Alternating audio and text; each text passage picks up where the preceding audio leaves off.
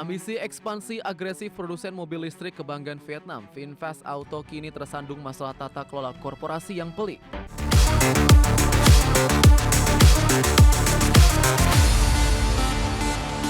Produsen kendaraan listrik asal Vietnam, VinFast memicu kekhawatiran tata kelola pasar modal setelah mengumumkan rencana penjualan pabrik utama dan pengalihan utang jumbo senilai 7 miliar US dollar. Langkah restrukturisasi radikal ini diambil guna menekan rapor merah kerugian manufaktur perseroan yang tahun lalu menembus angka 3,9 miliar USD. Ambisi ekspansi agresif produsen mobil listrik kebanggaan Vietnam, VinFast Auto kini tersandung masalah tata kelola korporasi yang pelik. VinFast sepakat menjual unit manufaktur utamanya di Vietnam seharga 13,3 triliun dong atau berkisar 506 juta dolar Amerika Serikat kepada sekelompok investor. Transaksi multi pihak ini memicu sorotan tajam karena para pembeli juga bersedia mengambil alih beban utang perusahaan senilai 6,9 miliar dolar Amerika Serikat demi mengubah model bisnis VinFast menjadi bebas utang. Kendati membuat neraca keuangan perusahaan menjadi bersih, kesepakatan ini menimbulkan tanda tanya besar di kalangan analis dan pemegang saham retail bursa Nasdaq.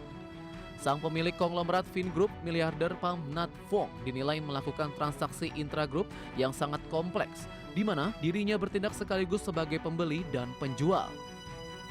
Sorotan tertuju pada keterlibatan pengusaha properti Nguyen Hoi Nam, rekan dekat Vuong yang menguasai 95% saham dari entitas baru pembeli pabrik tersebut. Akibat sentimen negatif terhadap transparansi tata kelola korporasi tersebut, saham VinFast dilaporkan langsung anjlok hingga 12% sejak pengumuman kesepakatan bergulir. Meski melepas fasilitas produksinya di Vietnam, manajemen menegaskan VinFast akan tetap mempertahankan lini pabrik perakitan mereka di Indonesia dan India. Strategi alih daya atau outsourcing manufaktur ini diklaim perusahaan akan membuat mereka lebih fokus pada riset inovasi dan pengembangan software masa depan. Berbagai sumber IDX Channel. Pemirsa, 3 raksasa teknologi dunia yakni Google, Meta Platforms, dan TikTok menghadapi tuntutan hukum massal dari Lembaga Konsumen Uni Eropa atas dugaan pembiayaran iklan penipuan finansial. Ketiganya terancam sanksi denda fantastis hingga 6% dari total pendapatan tahunan global jika terbukti melanggar Undang-Undang Digital Services Act. Tekanan regulasi terhadap korporasi teknologi besar di daratan Eropa kembali meruncing. Organisasi Konsumen Eropa atau BEUC bersama 29 anggotanya di 27 negara resmi mengajukan pengaduan resmi kepada Komisi Eropa. Ketiga platform dituding tidak cukup proaktif dalam memberantas maraknya konten scam investasi bodong sehingga menyebabkan kerugian finansial hingga ribuan euro bagi jutaan masyarakat Uni Eropa setiap harinya.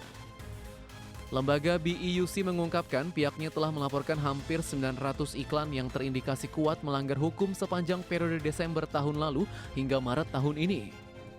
Namun dari total aduan tersebut, Google, Meta, dan TikTok tercatat hanya menurunkan sekitar 27% iklan berbahaya, sementara 52% laporan lainnya justru ditolak atau diabaikan. Otoritas Uni Eropa pun didesak segera mengusut kepatuhan implementasi Undang-Undang Digital Service Act atau DSA di ketiga internal perusahaan.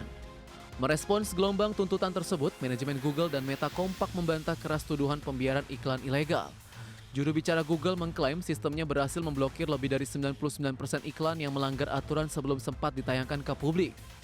Senada dengan Google, Meta mengaku telah menghapus lebih dari 159 juta iklan penipuan tahun lalu menggunakan kecerdasan buatan, sementara TikTok berdalih taktik pelaku kejahatan cyber yang selalu berubah menjadi tantangan besar industri. Berbagai sumber IDX Channel. Pemirsa, Apple tengah memperluas jangkauan aplikasi Apple Shorts ke lebih dari 90 negara dan wilayah baru di seluruh dunia, di mana ketersediaan Apple Sports bertepatan dengan digelarnya Piala Dunia 2026 sehingga memudahkan para penggemar dalam mengupdate pertandingan secara real-time.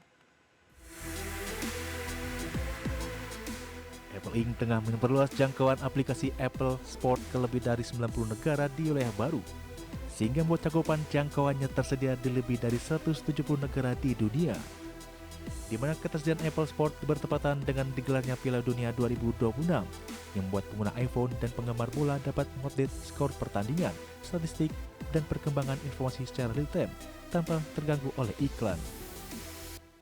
Khusus selama momentum Piala Dunia 2026, Apple menyempatkan sejumlah fitur khusus langsung yang dapat dirasakan pengguna. Nantinya setelah mengikuti turnamen atau tim nasional favorit, tampilan papan skor otomatis menyesuaikan preferensi sehingga seluruh informasi grup, jadwal, dan hasil pertandingan tersaji rapi dalam satu layer.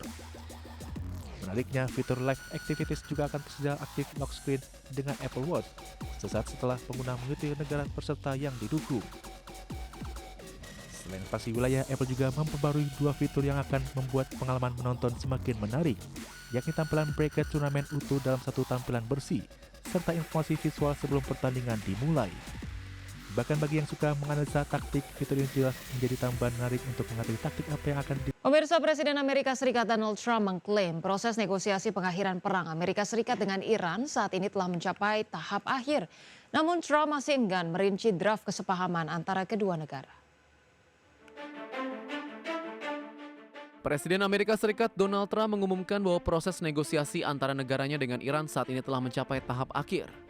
Pernyataan ini mengindikasikan adanya kemajuan yang cukup signifikan dalam serangkaian pembicaraan mengenai berbagai isu krusial yang selama ini belum terselesaikan antara Washington dan Teheran. Dalam pernyataannya, Trump menegaskan Amerika Serikat terus berupaya keras mencapai kesepakatan yang komprehensif. Tujuan utamanya adalah untuk memastikan terlayaninya kepentingan nasional Amerika Serikat sekaligus mendorong terciptanya stabilitas keamanan di kawasan tersebut. Meski demikian, Trump belum mengungkapkan rincian lebih lanjut mengenai draft kesepahaman yang tengah diusulkan terkait perdamaian dengan Iran. Berdasarkan laporan media dalam beberapa hari terakhir, memang terdapat sinyal kemajuan pada isu-isu spesifik khususnya yang berkaitan dengan masa depan program nuklir Iran serta wacana pencabutan sanksi ekonomi. Kendati demikian, perbedaan pendapat dilaporkan masih terus berlanjut pada sejumlah isu yang dinilai sangat mendasar. Di sisi lain, posisi Iran juga tak kalah keras. Teheran bersikukuh pada tuntutan mutlaknya terkait pencabutan seluruh sanksi ekonomi dan jaminan penuh atas hak pengembangan nuklirnya. Iran berulang kali menekankan perlunya mencapai sebuah kesepahaman diplomasi yang seimbang dan adil bagi kedua belah pihak tanpa adanya tekanan sepihak. Berbagai sumber, IDX Channel. Pemirsa, impor minyak mentah Jepang dari kawasan Timur Tengah dilaporkan anjlok drastis lebih dari 67% secara tahunan pada periode April 2026. Penurunan tajam ini akibat penutupan Selat Hormuz memaksa negara Sakura tersebut mempercepat peralihan pasokan bahan bakar ke sumber alternatif global. Dampak kelumpuhan jalur logistik energi global akibat eskalasi militer di Timur Tengah kini mulai memukul ketahanan pasokan bahan bakar Jepang. Negeri Sakura tercatat hanya mengimpor 3.840.000 kiloliter minyak dari Timur Tengah sepanjang April. Angka ini menjadi volume pasokan terendah sejak data pencatatan resmi dimulai pada tahun 1979, sekaligus memutuskan ketergantungan historis Jepang yang sebelumnya memenuhi 90% kebutuhan minyaknya dari kawasan tersebut. Kendati dibayangi gangguan suplai energi yang parah, kinerja makroekonomi Tokyo secara umum justru tampil impresif. Jepang sukses mencatatkan surplus neraca perdagangan sebesar 301,9 miliar yen pada April yang ditopang oleh tingginya permintaan pasar global terhadap produk semikonduktor serta perangkat elektronik. Nilai ekspor Jepang melesat 14,8% menjadi 10,51 triliun yen, sementara nilai impor merangkak naik 9,7% ke level 10,21 triliun yen akibat tingginya pasokan produk minyak bumi dari Korea Selatan. Guna memitigasi krisis energi akibat blokade perang Iran dengan Amerika Serikat dan Israel, pemerintah Jepang terus beralih ke mitra dagang baru. Nilai impor minyak mentah Jepang dari Amerika Serikat dilaporkan melonjak drastis hingga 118,2% dibandingkan tahun lalu. Diversifikasi agresif dan pencarian pasokan alternatif non-Timur Tengah ini dinilai pada analis menjadi kunci utama bagi Jepang agar struktur ekonominya tetap kokoh di tengah badai geopolitik global. Berbagai sumber IDX Channel.